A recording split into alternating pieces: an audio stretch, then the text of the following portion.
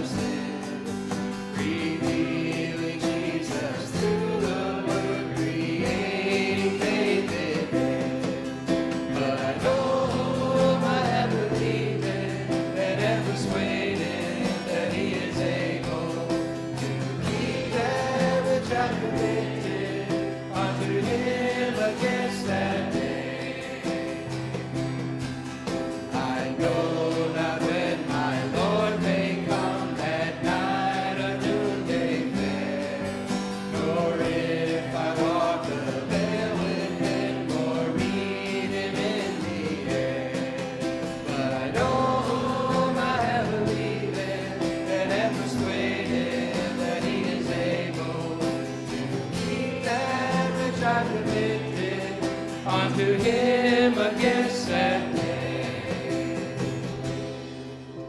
Amen.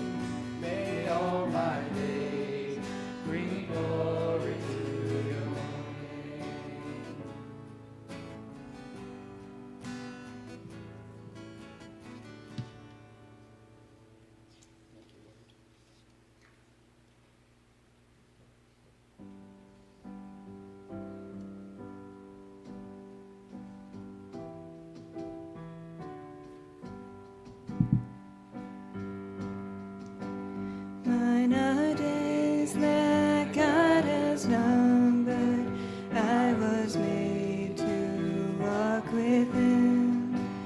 Yet I look for worldly treasure and forsake the King of Kings. For mine is hope in my Redeemer. Though I fall, his love is shown. For Christ has paid for every failing. I am his forevermore. Mine are tears in times of sorrow, darkness not yet understood. Through the valley I must travel, where I see no earthly good. But mine is peace that flows from heaven, and the strength in times of need. I know my pain will not be wasted. Christ completes his work in me. Mine are days here as a stranger, pilgrim on a narrow way. One with Christ I will encounter, on an agent for his name.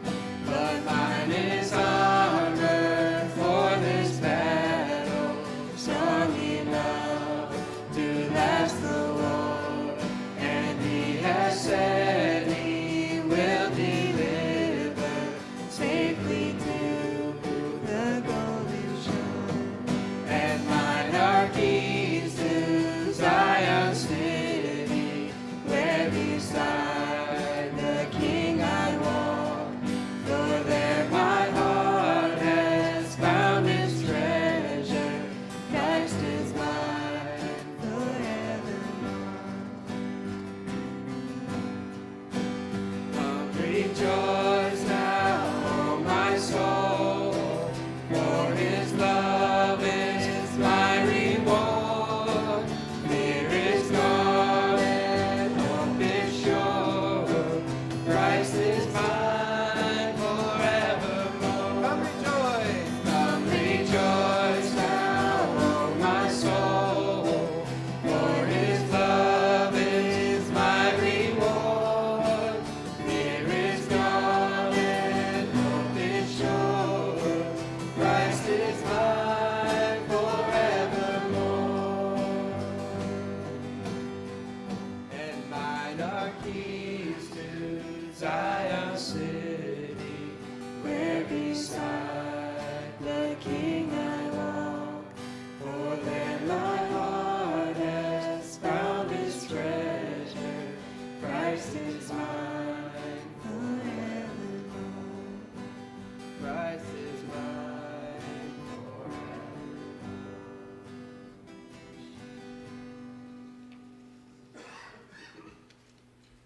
Lord, as we continue to worship you, we ask that take those truths to heart, Lord, that we belong to you, you belong to us, and one day we'll walk with you, Lord, in the streets of gold, the streets of heaven. That eternal perspective can carry us through any hardship here, Father. So keep that at the forefront of our minds.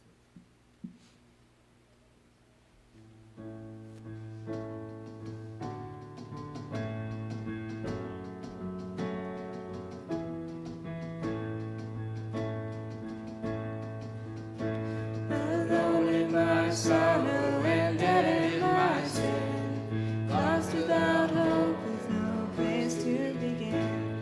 Your love made a way to let mercy come in when death was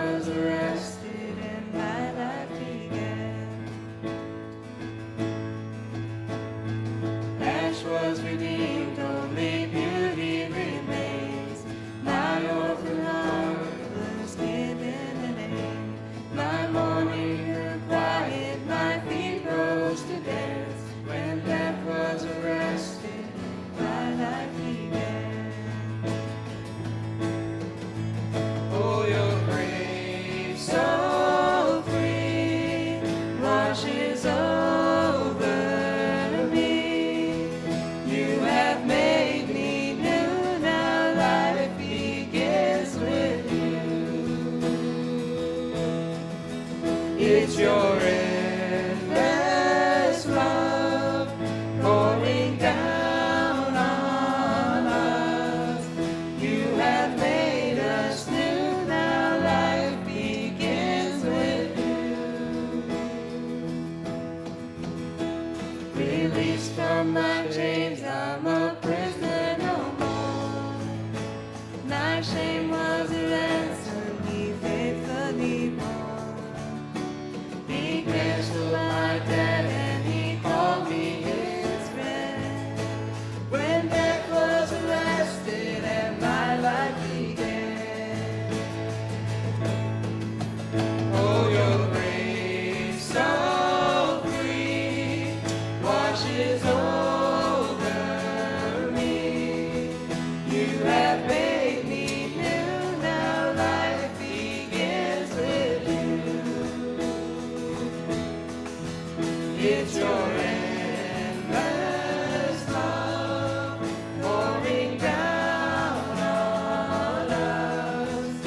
You have made us new, now life begins with you. Our Savior displayed on a criminal's cross.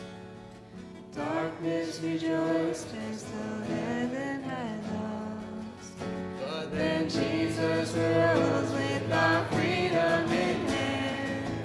And when death was arrested and my life began. Oh, your grace so free washes over me. You have made me new, now life begins with you. It's your endless love pouring down on us. You have made us new, now life begins with you.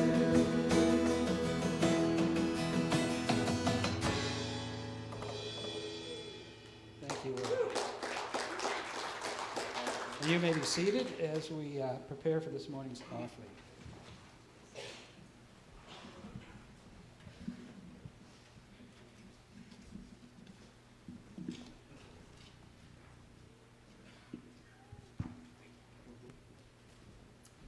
Right, let's pray. Dear Lord Jesus, we thank you, Lord, for bringing us here safely this day, Lord. And we just ask that you'll bless this offering for your purposes, Lord. And also, Lord, we ask that anybody who's not saved today will take a moment to consider their future, Lord, while they're here at church. Lord, we just pray these things in your name, dear Jesus. Amen.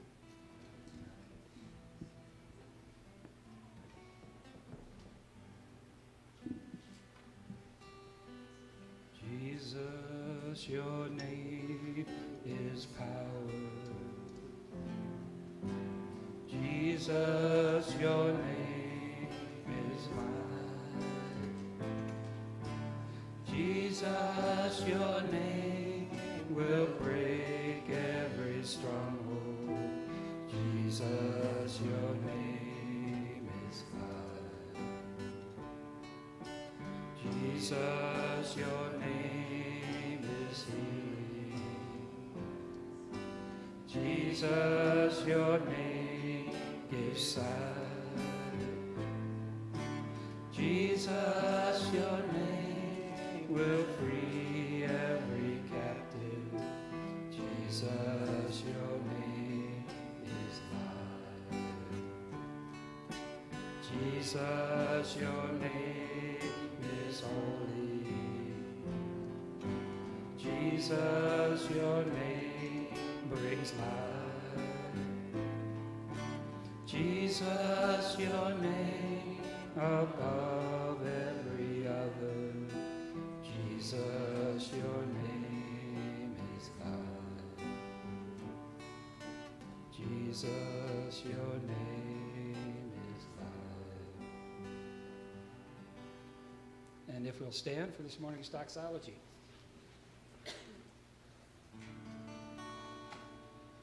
Praise God from whom all blessings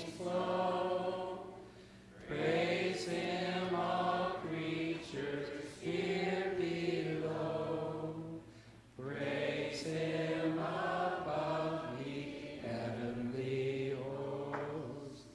Praise Father, Son, and Holy Ghost. Amen. And you may be seated.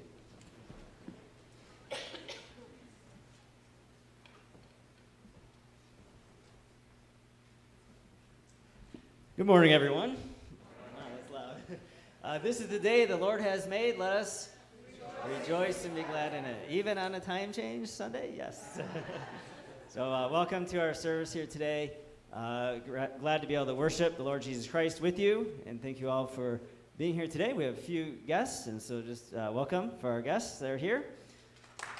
Up and clap.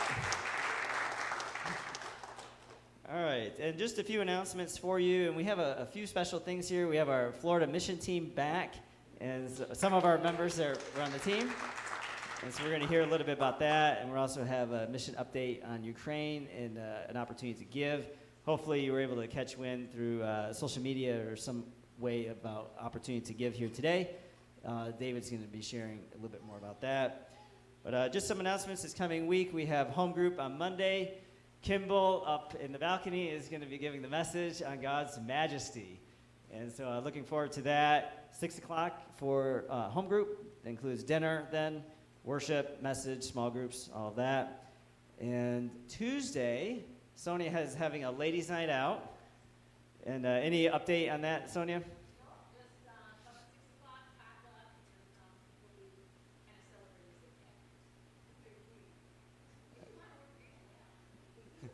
All right, so this Tuesday, 6 o'clock, ladies' night out, potluck. So come on out for that. And, well, today we have our fellowship meal. So plan to stick around. We always get the young men that love that, for sure. So, but come on out, come on down, I should say, at the end of our service, and we want to continue our time of fellowship. And we'll have food. Hopefully, all brought food, and we have a meal down there. We always do. So, plan to come down for that. And I believe that's it. Are there any other announcements that we have? All right. Well, I'm going to invite Diane, if you'll come on up here. And she's going to share about the Florida mission trip. And just got back to our winter weather up here. But there's some testimonies to report for sure. Thank you. Yes, I did get another cold. Every time I go on a mission trip, it seems I come back with a cold. So it's encouraging to everybody. You always bring something back. So this is our group. As you know, a couple weeks ago, some of us flew to Florida as part of a mission trip to the Real Life Children's Ranch in Okeechobee. It was Jan and Dale Markham who were already at the ranch. Jim and Marge Worden were also at the ranch. And those of us that flew down were Brad and Nick Barrett. Brad could stand and everybody could know the tall man over there. Tracy Butler, she could stand.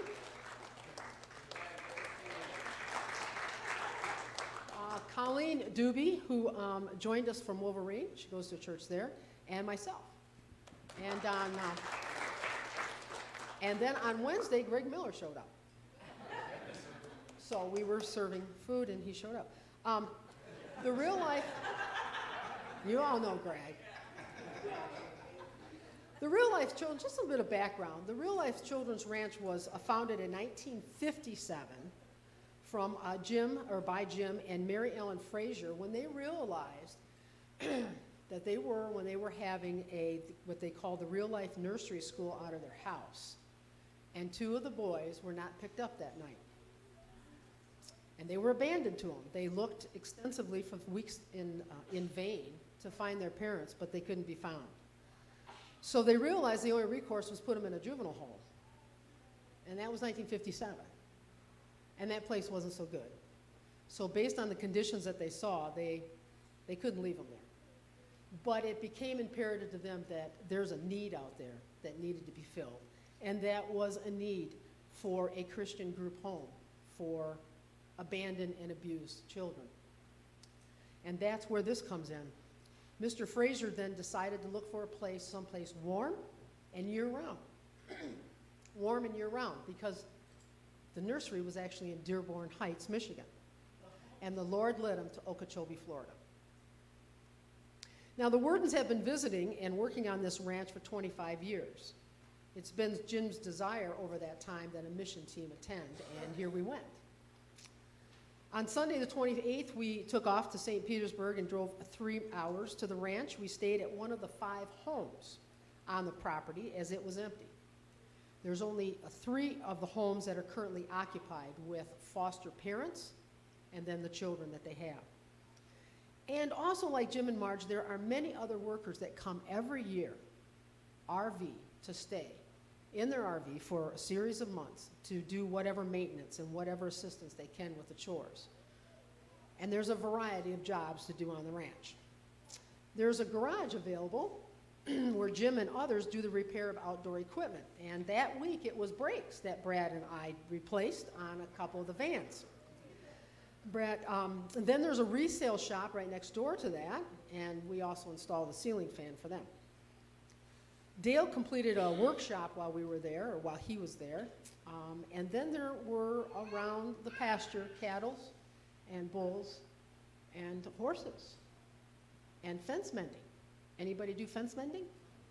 Don't volunteer. I know from experience. Don't volunteer.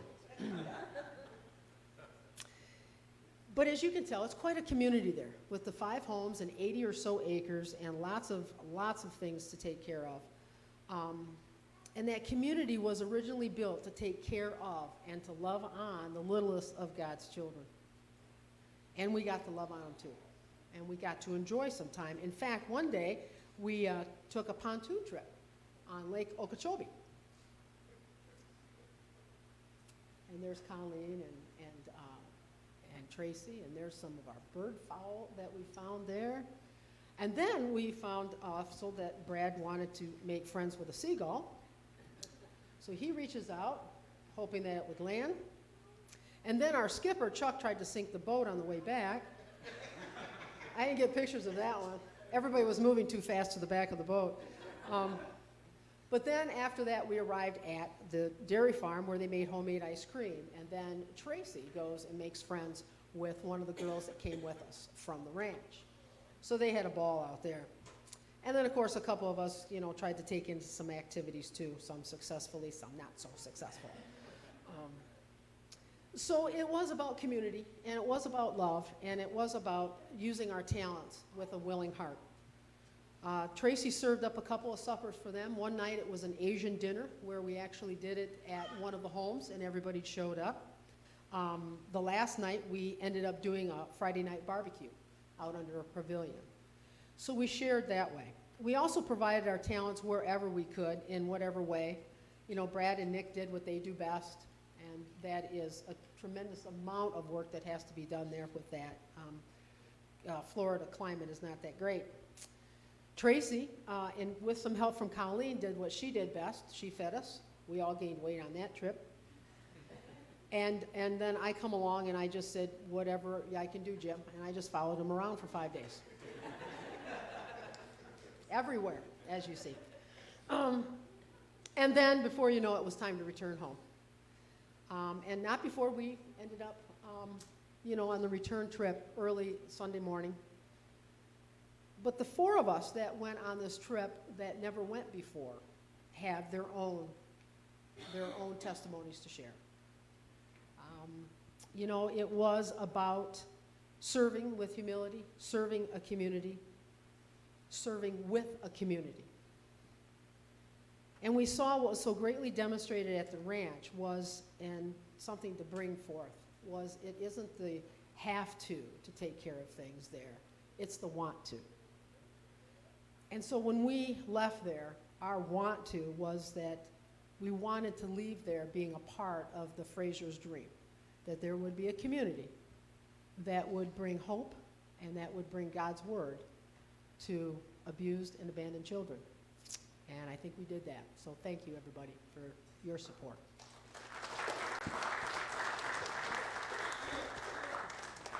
Thank you, Diane. And I don't know about you, but I want to join Jim's mentorship group. That seems like a helpful thing to be in. All right, we're going to just transition here a little bit. I want to invite David to come on up. And thinking of community, and of course we think of the Ukraine Christian community and all those that are impacted around the world here today. So David's going to share in some ways that we can respond to that here today. Good morning, everyone. Just give you a quick update on Ukraine. The church is alive and well in Ukraine, although struggling in many ways. I have a video from this morning of churches doing church services as soldiers are around in the area and bombs are falling. So we are blessed to be where we're at. The elders have talked about it, and we are trying to find a way to help Ukraine and the refugee crisis that's going on. Over 1 million refugees in 3 weeks have gone to Poland. Could you imagine 1 million people entering Michigan in 2 to 3 weeks? It's just a human need that's out there. We're calling this, or at least I call it, our 5 Loaves Project, in that the example that Christ gave his disciples when there was 5,000 people and they needed to feed them, and Jesus said, "What do you have?" And they said, 5 loaves and 2 fish. And Christ took that, prayed, and fed them all with much to spare. So we are collecting funds for the Ukrainian relief. We're partnering with Send International. They said that 100% of the funds will go directly to the relief effort. So we pray that today that we can collect some funds. It may be 5 loaves, but our prayer is that he will take that and feed the millions of people that need him. They need food, but then we can give out the spiritual food that comes with that. So thank you all. We're collecting it. Is it in the back? I'll let Pastor Mark explain that. At the end of the service, we'll be collecting that and sending that out. So let's pray for the people of Ukraine. Heavenly Father, we come before you thanking you that we are physically safe here today and able to worship you in spirit and in truth, Lord. And we pray for the people in Ukraine and in Poland and all of the countries affected by this war, Lord. We pray that you will protect them from the enemy, that you will feed them, that you will clothe them, but mostly that you will use this time, that they will draw near to you, put your spirit upon them. May your word be proclaimed, and may hearts be changed for you, Lord. Lord, we ask this in your holy name. Amen. All right, thank you, David. So as he has shared there, we are going to do a collection for Ukraine. It's going to Send International, which is the ministry that the Purhais, who missionaries that we already support, are involved in. Okay, tending to ministry needs for the refugees then, right? So the money is actually going to be sent to that ministry that's going to go earmarked to Ukraine refugees, probably in Poland or surrounding countries. So we want to give you that opportunity to be able to give to that. So at the end of the service, we'll have the boxes back there already, but you can give. If you're writing a check, you want to write it to the church, and we'll just collect it all together and then send one check out. Amen? All right, if you're not ready to give yet and you need more time, let us know, and we can send out multiple gifts like that too. All right, we are going to send our little ones down to nursery at this time, so you can head on down for nursery. The rest of you, if you can get your Bibles out to Luke chapter 6. So Luke chapter 6.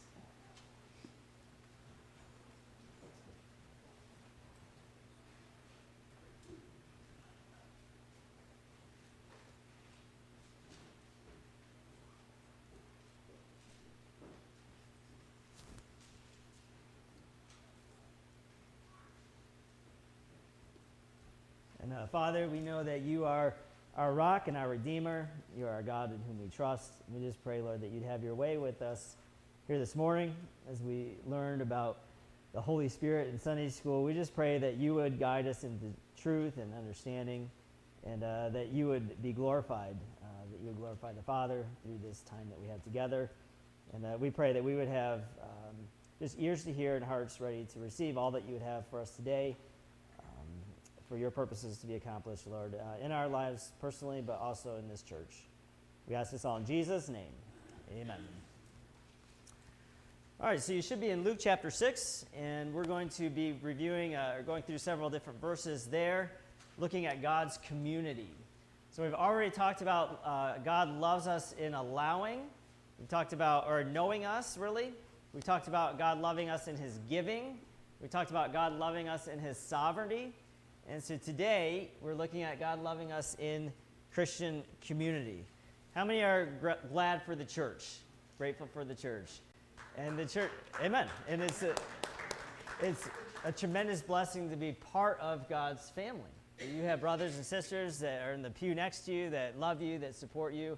And we're to gather one another together, really to encourage one another, and all the more as we see the day approaching. And so this is really God's heart. His love is for the church. He died for the church. He loves the church. He identifies with the church. And if he does all those things, then so should we. And we have the great blessing, really, of being in Christian community. And we experience God's love and his hand on our lives in community in amazing ways. And so we're going to look at that here today. If you look at Luke chapter 6, verse 12, we'll begin right there. It says, "In these days he went out to the mountain to pray, and all night he continued in prayer to God. And when day came, he called his disciples and chose from them 12, whom he named apostles: Simon, whom he named Peter, Andrew his brother, James and John, Philip and Bartholomew, Matthew, Thomas, James the son of Alphaeus, and Simon, who is called the Zealot, and Judas the son of James, and Judas Iscariot, who became a traitor. And he came down with them and stood on a level place with a great crowd of his disciples and a great multitude of people from all Judea and Jerusalem and the seacoast of Tyre and Sidon." So this is what is Jesus setting up, really what's known as the Sermon on the Plain. So you've heard of the Sermon on the Mount, I'm sure, but this is a different sermon. It's a Sermon on the Plain, and it's one that he gave really right after laboring all night in prayer for his disciples. And he does that. He comes down the mountain then to pray. He gathers his disciples, the 12, also a great crowd of his disciples, and a great multitude that includes Jews from Judea and Jerusalem, but also Gentiles from the seacoast of Tyre and Sidon. And so this is the lesser known of Jesus' two great sermons here, the Sermon on the Mount and the Sermon on the Plain. I want to share with you this morning about how God is really beginning a community here of his followers. Remember Jesus going up on the mountain to pray, chooses the 12, he comes down then from the mountain, and he gives them the Word of God. You can lose the significance of this if you don't know the rest of the Bible. When was the last time something like this happened? Mount Sinai. Remember, God called the 12 tribes together. He sent Moses down the mountain and gave his word. And so this is actually really a repeat, if you will, of what happened on Mount Sinai. Now, when he gave the word on Mount Sinai, gave the law of Moses, right? What was the purpose of that law? Was it so that they could be saved? And the answer is no. It was not so that they could be saved. The law never saves. God did not give them the law to save. In fact, he had already actually brought them out of slavery in Egypt. He had already rescued them. They were already his people. So the law then that was given was teaching them how to function as a community of people of faith in God. So he's given the law really to express and to so that they can live out in community. So now we have Jesus going up the mountain. He's coming down. He's giving out the word. What is the purpose of this sermon? It's expressing true community, just like at Mount Sinai. Here's how you're to live now in the kingdom of God. And so that's what we're going to look at, is really this Sermon on the Plain. here's what Jesus says is true Christian community. You ready? This is important. If we need to know how we're to live and how we're to function according to what Jesus says for us to do. Why would he do this? And the answer really is that he loved them, and that God wants to be in community with us. There's that refrain from the Old Testament over and over again, that I would be their God and that they would be my people. And so that's God's heart for us, that we would be his people and that he would be our God.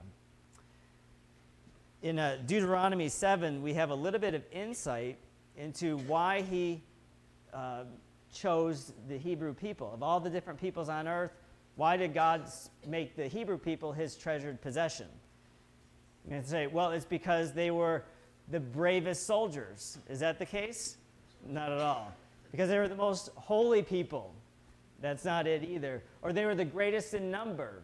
It wasn't that either.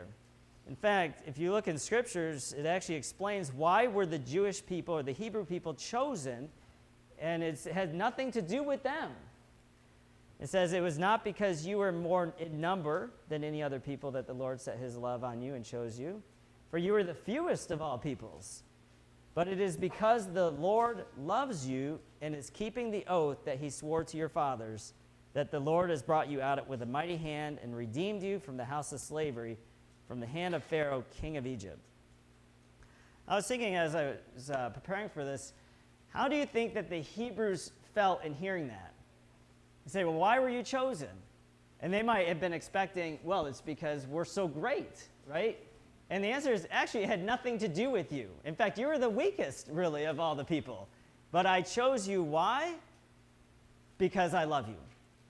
And if you think about it, on one level, that can be perhaps a little discouraging in thinking, well, it's not about us then. I guess we're not as great as we thought we were. But it's also freeing. I want you to catch this here this morning. If he were to say, well, I love you because you're so brave or that you're so attractive or that you're just greater in number or anything like that, then that love is actually not as secure because all those things can change. That means when we're not the most attractive people, when we're not the most holy people, when we're not the bravest people, then we would say, well, we don't know if God's love for us is as sure. Does that make sense? And if you were to say, like, I love my spouse because you do this, or you look like this, or something like that, then all of a sudden when that changes, then say, well, do you still love me, right? If it's just based on that. And the only proper answer is, I love you just because I love you. Now, we are flawed, and so we can't love in that perfect way that God does, but he actually loves us perfectly because God is love. So you may say, so that means that God doesn't love me because I'm so amazing, I'm so smart, I'm so good looking, all these things, I'm fun to be with. That's not why God loves me? And the answer, of course, is no. He doesn't love you for those things. Now, that may be true. It may not be true. But here's the thing, that you may say, well, am I still valuable to God? Am I still precious to God? Yes, you are. The Bible says that he died for you, right? He sent his son to die for you. Now, why did he do that? And it's not because you're so lovely, because that would make it about you, right? The end point of God's love is not you, it's actually him. Why does he love you? Because he loves you, okay? Now, God is love. And so he loves you not because of who you are, but because of who he is. And so that is both... It's actually freeing and it's liberating because you don't now have to you don't have to earn his love. It's already freely given based on not our character, but actually his character. And that I hope you guys catch that this morning. It's really a powerful thing to be able to catch. And when we think about it, that has to be personal for us. And how has he loved us? Well, according to Deuteronomy, he loved the Hebrew people, and he showed it to them by bringing them out of slavery and bondage in Egypt. So how has he loved you? As a Christian, it's really the same way, bringing you out of slavery and bondage to sin. And then we see, okay, he demonstrated his love to us that while we were yet sinners, Christ died for us. So if you ever question, if you ever wonder, does God really love me?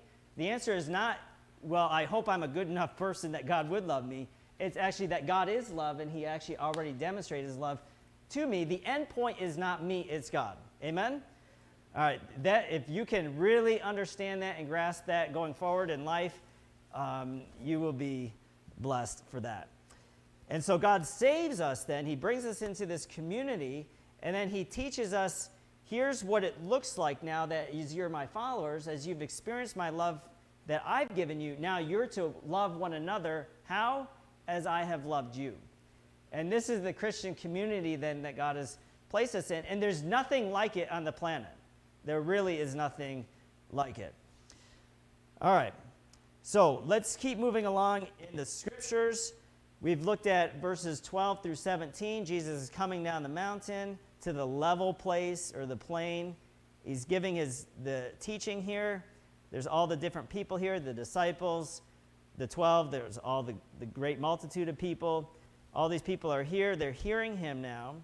And in verse 20, it says that he lifted up his eyes on his disciples and said, and so they're all there, but he's teaching his disciples because the disciples really are the community that he had just prayed for. So this is the community really. It says he lifted up his eyes on his disciples and he said, "Blessed are you who are poor, for yours is the kingdom of God. Blessed are you who are hungry now, for you shall be satisfied. Blessed are you who weep now, for you shall laugh. Blessed are you when people hate you, and when they exclude you and revile you and spurn your name as evil, on account of the Son of Man. Rejoice in that day and leap for joy, for behold, your reward is great in heaven, for so their fathers did to the prophets." And then we have the woes here. "But woe to you who are rich, for you have received your consolation. Woe to you who are full now, for you shall be hungry. And woe to you who laugh now, for you shall mourn and weep. Woe to you when all people speak well of you, for so their fathers did to the false prophets." So let me just explain a little bit what's going on here. Jesus is giving blessings and woes, and he's really explaining life, the parts of life in the new community that he's forming. Okay, this is the new way to live. And Jesus lays out the values of the world, and then he contrasts them with the values of the kingdom. So as God's people, as community believers, we're to be valuing the things that Jesus values, not the things that the world is valuing. And we think, well, what does the world value? And you can see that in verses 24 through 26. It's wealth, right? Money. If you ask a lot of people, what's their main goal in life? It's just to make a lot of money, right? If you look at verse 23, woe to you who are full now. And so that would be like comfort or just being satisfied in all the things of the world. Laughing. Is laughter a good thing or a bad thing?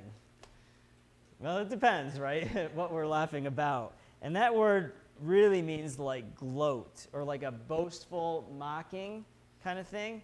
So it's a condescending kind of attitude toward other people. And it's kind of like the attitude of that I'm better than you kind of attitude. Or I succeeded and won and you didn't. And there's like that laughter, kind of a mocking, gloating kind of thing. And then also in verse 26, when people speak well of you. Now, how many would say that you want people to speak well of you? And we do to some degree, right? We sure do. By saying that recognition and status, that is the value of many in the world, right? Seeking the approval of the things of the world. So what identifies or typifies the values of the world? It's wealth, comfort, reputation, status, power, money. It's all those kinds of things. Does that resonate with everybody? That's what the world is really looking after. So what about the second set of values? So it's contrasted now with what Jesus says, these are the things I value. What does he value? In verse 20, poverty. You say, that's just a bit of a surprise, right? And in verse 21, hunger. In verse 22, grief, or when people hate you or exclude you. exclusion. It said, these are the values of the kingdom. These are the things that the world is trying to avoid, right? We don't want to be in poverty. We don't want to be hungry. We don't want to be grieved. We don't want to be excluded or rejected by other people. But Jesus says these are actually the things that are valuable in the kingdom. Now, this is the upside down kingdom, because the things that the world says is looking for are really not the things that Christ followers that we're looking for. Now, it doesn't say to seek these things. No one's saying I'm hoping to be hungry or to be rejected, right? I don't think any of us are saying that. But it's rather saying that in the kingdom, these things actually have value to them. In verse 23, it says, rejoice in that day and leap for joy, for behold, your reward is great in heaven, for so their fathers did to the prophets. Saying when we follow Jesus and on his account, when we experience these kinds of things, poverty, hunger, grief, exclusion, then actually, for one, it's freeing because we can experience those things and they don't ruin us. Okay? Someone who seeks status and recognition and success in this world, when they lose that, it destroys them, doesn't it? Let me give you an example. Let's say you have two people lose a job. One is a Christian and one's a non-Christian. Hopefully this isn't hitting home too close to anybody here. So is the non-Christian and the Christian going to experience that differently?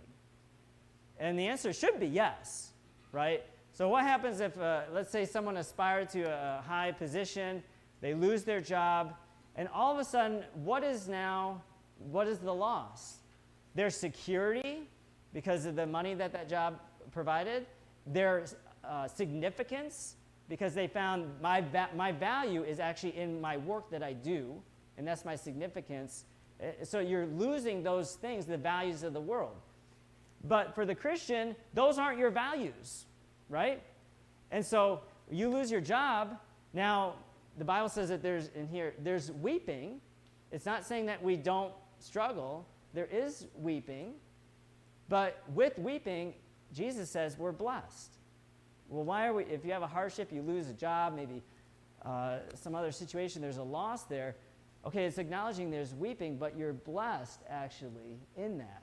Why? Number one, that's not your significance anyway. Okay? And then number two, we also see that in that God actually works all things together for good for those who love him. And even with that loss or the hardships, even with poverty or hunger or grief or exclusion, we actually draw even closer to Jesus through those times. And so that's the blessing that comes with that. And it's not that we seek these things, but actually we're not controlled then by the things that the world values. And that is when you can be free from the things that the world values, they don't have power over you anymore. You can lose a job, you can go without, you can be rejected, all these things. Why? Because they don't control you. There's tremendous power in this when you can see it, and it's really it's so freeing when you can live this way. Now, do any of us live this way perfectly? No, because we're still gravitate at times to the values of the world. But when we can say that those this is why Jesus says, woe to you who are rich or who are full now, who laugh now, or when all people speak well of you. Because your reward is in full. You're valuing all the things of the world that are all passing away. But when we have our values in the kingdom, actually, we're blessed for that. And that means like a deep satisfaction that comes through that. Does that make sense to everybody? When we can really experience that, it's so freeing with that. Now, what Jesus is laying out is here's life in the community of God. Here's life in the kingdom of God. And what Jesus does in us, we're free from the things of the world, and then we experience blessings actually in new ways through Jesus Christ. And we do that together. This is what typifies God's family. Okay? And it affects then how we relate with one another. I want you to consider, what do your relationships look like among the people of God? When you think about it, if we value the things that the world values, we're going to always be, we'll be gloating in our success. We'll be threatened by other people's success, right? We'll be trying to get ours and not others. But when we really value the things of the kingdom, it's going to change actually who we are. We won't be looking down on other people. We're actually looking across at people as equals. And this is really where things are different now in the kingdom of God. We actually take care of one another. We don't reject one another based on education or status or income because we're not captive to all those things. And this is the beauty of the church, isn't it? We have people from different backgrounds, different education, different ethnicities, all these kinds of things. And actually we're one in Christ. Because the things that we value are the things that he values, not the things that the world values. When we value the things that the world values, it actually then divides and separates one another. Okay? So this is what Jesus is setting up here as the kingdom of God. You look at verse 27. He goes on now, saying, this is what your life should look like as part of the kingdom of God. But it actually extends then, the heart change that Jesus does in us will extend even outside of the community of God. Verse 27 says, but I say to you who hear, love your enemies, do good to those who hate you, bless those who curse you, and pray for those who abuse you. So I marked 4 things right in those 2 verses of how we're to treat our enemies. Love them, do good to them, bless them, and pray for them. So how are you doing with those things? Then loving, blessing, praying for, doing good for our enemies. This is really different than the world, isn't it? What does the world say to our enemies? It's really, I think, one of 2 approaches. Either, we get even, right? If you do this to me, I'm not going to love and pray for you and do good to you. I'm going to get even with you. I liked how one person shared with it. When you get even, you do, because you're here and they're here. And when you get even, what happens? If they reject you, offend you, and you do the same back to them, retaliation, what happens? You come right down to their level. So you are getting even, right? And that's not the way of the kingdom, is it? In fact, when people injure us, when they mock us, when they maybe falsely accuse us, something like that, how do we respond? We pray for them, right? We do good to them. We bless them even. And this is radically different than the way that the world operates. Why should we do these things? Well, there's 2 reasons, really. Your heart and their heart. And when we consider how we treat other people, we have to pray why, so that actually we can approach them in the right way. Now, if someone has done something to you, maybe as a family member or someone, a friend, they've injured you in some way, then we say, well, we need to be able to pray so that we can have the right heart to them. How many have done that before? Where you've been injured by someone else, you had a hard heart to them, but then you prayed and God softened your heart? That's what we need. And also then, it's for their heart. Why? So that they would repent. And Pastor Pat and I were just doing a tea and devotional recently here, and Putin came up, and some of the people were having challenges with how do we treat our enemy, Putin, right, in Russia. And, well, we should be praying for him, right? And say, well, some of the people were having a bit of a challenge with that. How do we pray for someone like that? And here's the thing. We think, as a Christian, do we want Putin to repent and to be saved? Yes, we do, right? And so, now, does he deserve it? No. But did you? You're already ahead of me. That's good. We don't either. And so that's the point, is of the gospel, right? Now, when we think of doing good to people, Well, we either do one of two things. We try to get even with them, or we just say, I want nothing to do with you, and we ignore them, right? But is that the most loving thing? And that may not be either. It may be what suits you, because now I don't have to deal with that person, but it might not be the most loving thing if we think about doing good, because what's the best thing for them? Actually, that they would repent and that they would have their eyes open. And so perhaps there's a way that God is having us to be involved in that. Now, Jesus is not saying that you're to be a doormat. That's not the thing here. Because you being a doormat to someone else, is that helpful for them? No, it's not. And so when we consider doing good, it's not letting people lie and cheat and abuse other people. It's not letting your enemies walk over you or other people. It's actually standing up for things at times. And that is what is doing good. So Jesus is really laying out this kind of kingdom living. You may say, well, Pastor, what about turning the other cheek? Aren't we supposed to turn the other cheek when someone hits us? I want to share with you a little illustration here. So I need a volunteer who won't mind hitting me. Maybe I should rephrase that. Nathan, come on up here. I'm not sure. This is how Harry Houdini died, by the way, in this kind of thing. Make sure you okay, here. right, you know about that. Yeah. All right, so remember, Jesus said to turn the other cheek. So you mean, Pastor, someone hurts me, I just need to let them keep hurting me? I need to turn the other cheek? And that's not what it's saying, actually. That's not what's going on. So in Matthew's gospel, it says if he hits you on the right, then turn the other cheek, turn left. I want you, you're right-handed, right? Yes. Okay. So if you were to hit me, how would you, well, just, not hard, how would you do that? In the Harry Houdini or in the In the face, In yeah. the face? I would come across like this. Okay, and then what cheek is that hitting? My left cheek.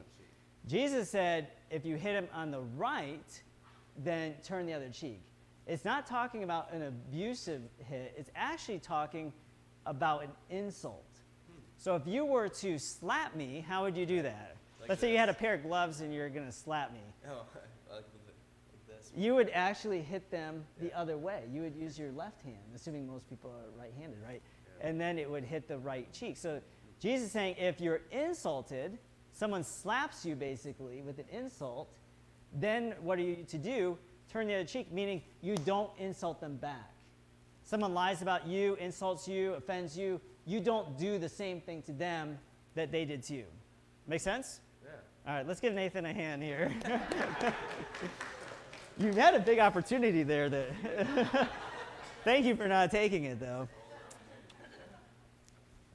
All right. When we think about this, then, Jesus is saying the love that you have then for one another in this community, this type of community, it's so great, it even extends to your enemies. And so if we're going to love our enemies in that kind of way, then surely we're going to love the people of God in a profound way, if it even extends to our enemies. And this is really the church. In Ephesians 5, it says, husbands, love your wives as Christ loved the church and gave himself up for her. And so does Jesus love the church? Yes, he does. How did he demonstrate that? He died for the church. If Jesus loves the church, then should we not love the church? If Jesus identified with the church, and he did. Remember with Saul, who became Paul, was on the road to Damascus, and Jesus knocked him off the horse, and he said, Saul, Saul, why do you persecute me? Now, who was he persecuting? The church, God's people. But he's so identified with the church that to persecute God's people is actually the same, from his perspective, as persecuting him. Then he so identifies. If Jesus identifies with the church, should we not identify with the church? And surely we should. We should love the things that Jesus loves and identify with the things that Jesus identifies with. So the question for you, and you're going to look at this in your house groups, what does it look like for you practically to love the church? And it's not just coming to church on Sunday morning, is it? It's way more than that, actually, when you look at practically loving the church. All right, and think of real quick, there's a number of different things. It'd be praying for one another, serving with one another, using our gifts and talents in the service to one another. It's giving financially. It's being involved, invested. It's so much more, isn't it, than just showing up to church on Sunday morning. What has to happen in our lives to end up in a community like that's described here? Okay?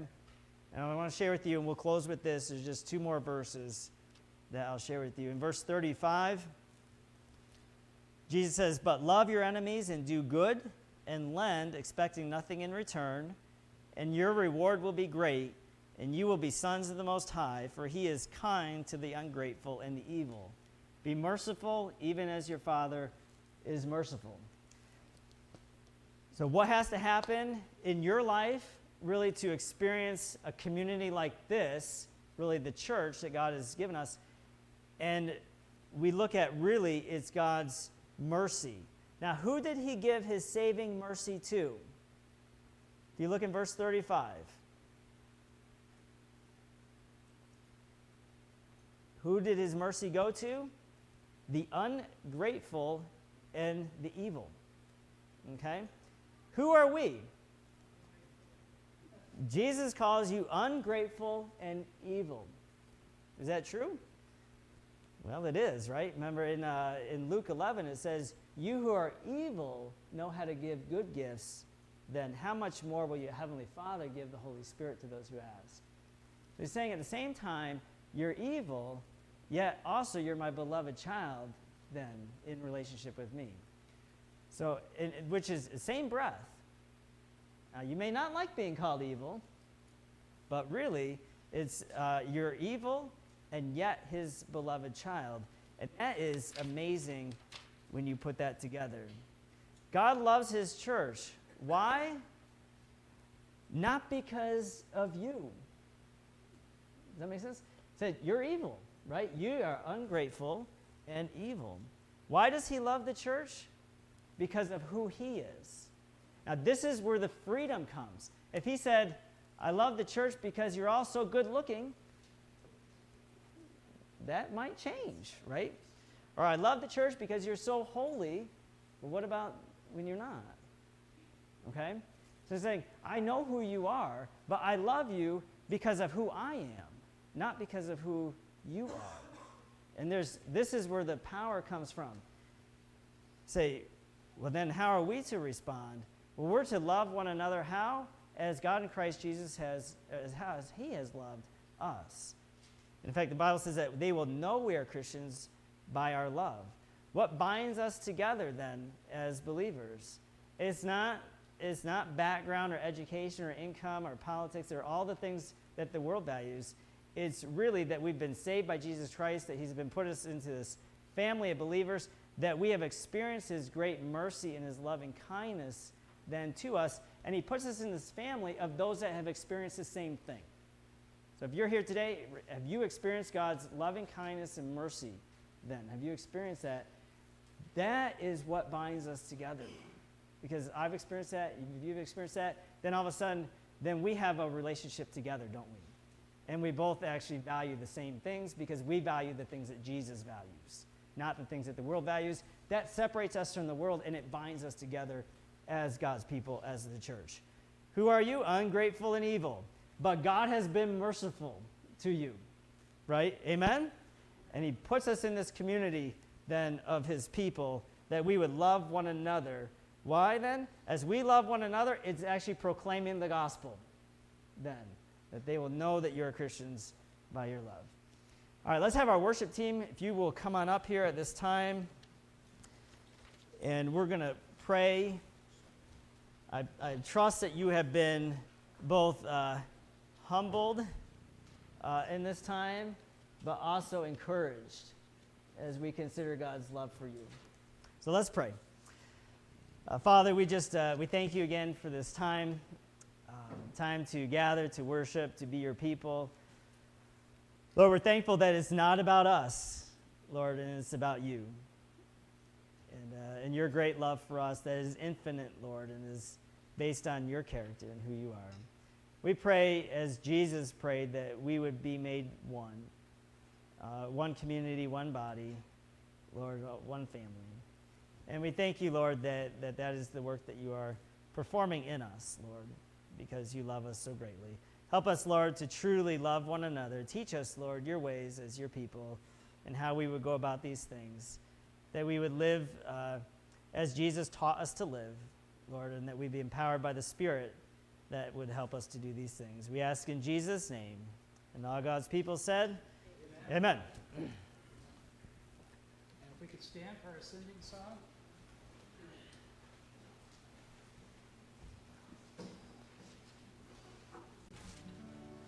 It's one I've been wanting to do for a long time, so I hope you guys like it as much as I do.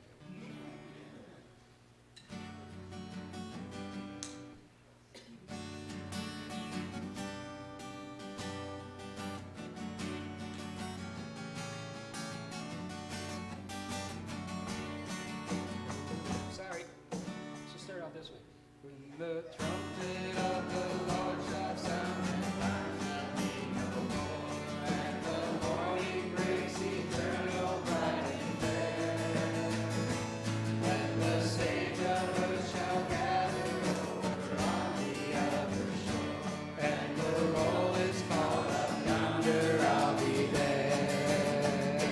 When the roll is called up yonder, when the roll is called up yonder, when the roll is called up yonder, when the roll is called up yonder, I'll be there. That bright and cloudless morning, when the dead and fresh shall rise, and the glory of the resurrection share, when his chosen ones shall gather to their home beyond the sky, and the roll is called up yonder, I'll be there. When the roll is called up yonder, when the roll is called up yonder, when the roll is called up yonder, when the roll is called up yonder, I'll be there. Let the labor for the master from the dawn till setting sun. Let us talk of all his wonders, love and care. When we're all of life are over and our work on earth is done, and the roll is called up yonder, I'll be there.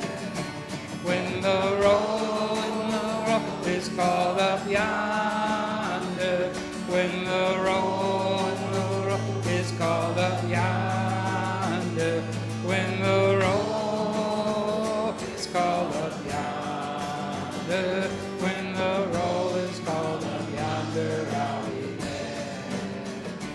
When the roll is called up yonder, I'll be there. Amen. So we were singing that song. I was thinking of all the us language in that song. That these are the things that we're to be doing. And then through faith in Jesus Christ, that we will be together in heaven for eternity. And what a great blessing. We're going to pray over our food and then be able to dismiss you to go downstairs. I'm going to ask Pastor Joel if you'll lead us in prayer. Thank you, Heavenly Father, for your many wonderful blessings. We thank you for the message this morning. We pray that it will continue to bind us closer together as a congregation, as a fellowship of believers, and continue to make us more like you. We pray you'll just continue to bless each one here and give them a wonderful week. And we pray, Lord, you'll bless the food about which we're all ready to partake, to the nourishment of our bodies, and, Lord, to the blessing of our fellowship, we pray in Christ's name. Amen.